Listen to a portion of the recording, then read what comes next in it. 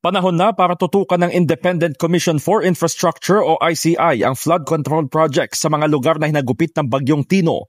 Itong iginiit ni House Infrastructure Committee Overall Chairperson Terry Ridon matapos manalasa ang bagyo sa Visayas, ilang bahagi ng Mindanao at sa Southern Luzon, kabilang na ang Cebu na lubhang nalubog sa baha.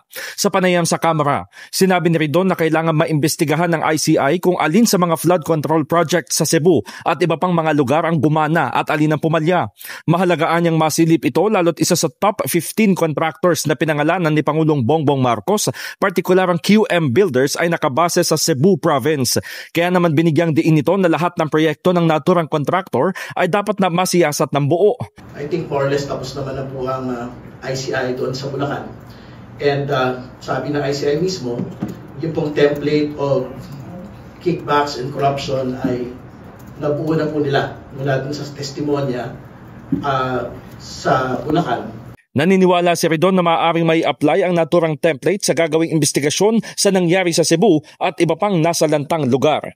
In the heart of changing lives, ako si Brigada Haji Caaminio ng 105.1 Brigada News FM Manila, The Music and News Authority.